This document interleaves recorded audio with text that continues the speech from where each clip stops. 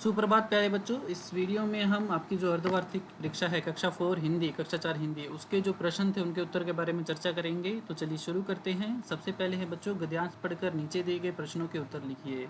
तो एक गद्यांश दिया है, उसमें उसके अंदर कुछ वाक्य है, आपको 5 प्रश्न दिए हैं, उनके ऑप्शन है, तो आपको सही विकल्प चुनना है। जैसे पहला क्वेश्चन है, जब घर में बीमार होता है तो लोग क्या दरवाजे पर लटका देते हैं। तो गद्यांश को पढ़ के आपको इसका आंसर मिल जाएगा। पेड़ नीम का भी अच्छा है, उसकी दातुन अच्छी बनी, उसकी दातुन बड़ी अच्छी रहती है। घर में कोई भी बीमार हो तो लोग नीम की टहनियाँ, तो नीम की टहनियाँ जो है दरवाजे पर लटका देते हैं। तो इसका आंसर होगा बच्चों द, है ना, नीम की टहनियाँ। उसके बाद है, दिए गए अनुच्छेद में से अनुच्छेद में किस वृक्ष के बारे में बताया। तो बहुत ही आसान है, नीम के वृक्ष के बारे में बताया गया है। इनमें से नीम के पेड़ के क्या लाभ होते हैं।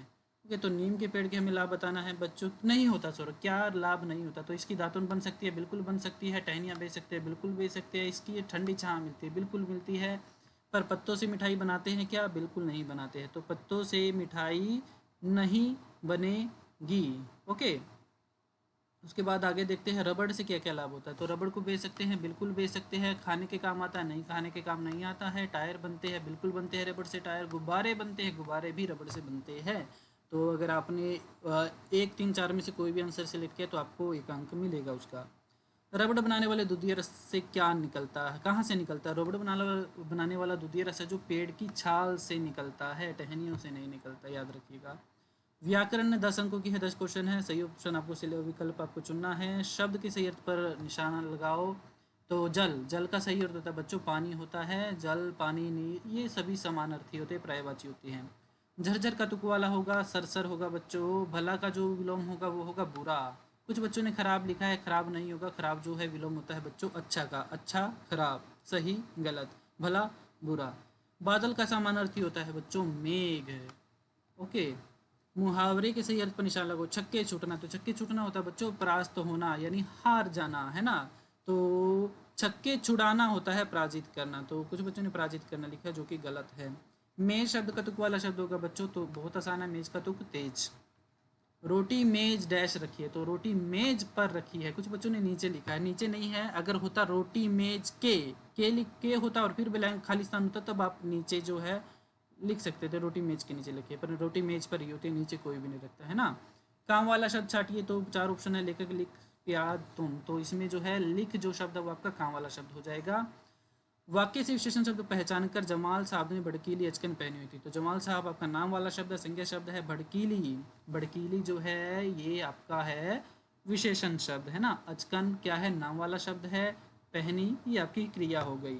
श्याम भोजन कर रही है, शुद्धि अशुद्धि छांटनी है, यानी कि कुछ गलत है उसमें, वो क्या है। तो श्याम सही है, भोजन सही है, कर सही है, रही है नहीं आएगा। आपको पता है श्याम जो है लड़के का नाम होता है, तो श्याम भोजन कर रहा है, तो रही है जो गलत है। उसके बाद है बच्चों वर्तनी। वर्तनी यानी कि आपको स्पेलिंग जो है सही स्पेलिंग छांटनी देख उसमें से ढूंढनी है। तो पहला है पार्वत, फिर है पर्वत, तो प्रवत, और फिर है डी जो 4 है वो है पर्वत। तो पर्वत जो है आपका सही ऑप्शन होगा 4th। इसमें से आपका होगा बच्चों सामग्री, जो पहला है सामग्री होगा। ओके, कुछ बहुत से बच्चों ने सी सिलेक्ट किया हुआ सामग्री, छोटी की मात्रा। तो छोटी की मात्रा नहीं होगी बच्चों, बड़ी की मात्रा होगी उसमें। इसमें आपको सही ऑप्शन सिलेक्ट करना है। तो विनती गलत है हमारा, कुर्सी भी गलत है, आधा र होता है, बर्तन भी गलत है। तो अस्पताल जो है आपका बच्चों सही है। सही शब्द पहचानिए, तो इसमें हो जाएगा आपका बी जो है, 2 जो है वो है सही है, गुल्लक। ओके, तो जैसे कि आप देख सकते हो बी और सी दोनों सेम है, 2 और 3, है ना। तो दोनों के ही अंक आपको मिलेंगे। अगर आपने बी सिलेक्ट किया तो भी आपका सही है, और सी सिलेक्ट किया तो भी सही है। उसके बाद अब बच्चों सही शब्द पहचानिए प्रतिदिन। तो इसमें हो जाएगा आपका बच्चों 2, जो 2 वाला है ये आपका सही हो जाएगा। सही अर्थ पर गोला लगाओ। लू का सही अर्थ होता है बच्चों गर्म हवा, जो मई जून के महीने में चलती है ना, लू चलती है, बिल्कुल गर्म हवाएं चलती है। इमारत का जो सही अर्थ होता है बच्चों, जो वो होता है भवन। भवन, कुछ बच्चों ने घर लगाया, तो घर नहीं होता। हर घर भवन, घर नहीं, हर इमारत घर नहीं होती बच्चों, पर हर इमारत को हम भवन जरूर बोल सकते हैं। निशानी, निशानी का अर्थ होता है बच्चों चिन्ह। पहला, पापा के बड़े भाई को क्या कहते हैं। तो बहुत ही आसान है, पापा के बड़े भाई को बोलते हैं बच्चों ताऊ, ताऊ जी बोलते हैं, है ना। तो उसके बाद है अचकन। अचकन मैं आपको बता चुका हूँ, अचकन का अर्थ क्या होता है। अचकन का अर्थ होता है बच्चों शेरवानी या कुर्ता, है ना, दोनों में से जो भी आप लगाना चाहो।